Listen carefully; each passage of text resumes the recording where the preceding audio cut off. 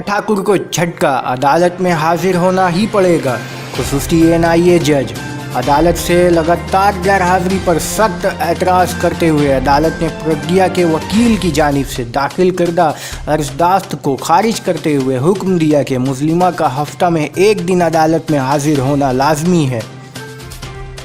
मालेगांव के 2008 में होने वाले बम धमाके के मामले की कलीदी मुलजिमा और बरसराह इख्तियार भारतीय जनता पार्टी की रकिन पार्लियामेंट प्रज्ञा सिंह ठाकुर को आज इस वक्त शदीद झटका लगा जब मुंबई की खुसूसी एनआईए अदालत ने इसकी अदालत से लगातार गैर हाजिरी पर सख्त एतराज़ किया और इसके वकील की जानिब से दाखिल करदा अर्जदाश्त को खारिज करते हुए हुक्म दिया कि मुस्लिमा को हफ्ता में एक दिन अदालत में हाजिर होना पड़ेगा।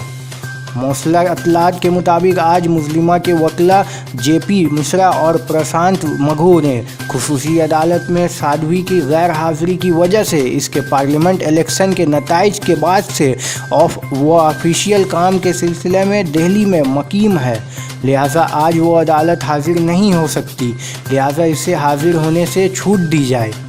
खुसूसी एनआईए जज विनोद पालकर ने साध्वी की अर्जदाश्त को खारिज करते हुए इसे हुक्म दिया कि वो इसे कम से कम हफ्ते में एक दिन अदालत में हाजिर होना होगा।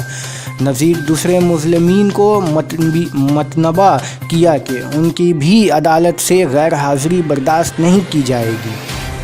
इसी दौरान अदालत में आज बम धमाकों के मकाम का निशाना बनाने वाले सरकारी गवाह चौधरी की गवाही अमल में आई, जिसने बम धमाके के बाद पुलिस की दरख्वास्त पर भूख चूक का निशाना तैयार किया, जहां आज से 11 साल कबल 82 रोज़े की शब बम धमाका हुआ था, जिसमें 6 लोग शहीद और 101 शदीद ज़ख्मी हुए थे।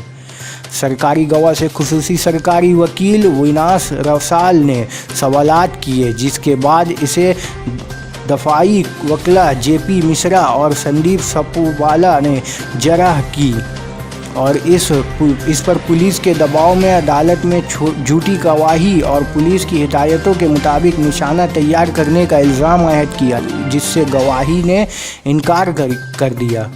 आज अदालत में दौरान कार्रवाई बम धमाका मुतासरीन की नुमाइंदगी करने वाली तंजीम जमायतुल उलमा महाराष्ट्र के वकला शाहिद नदीम, अरशद शेख, शेख आदिल व दीगर मौजूद थे।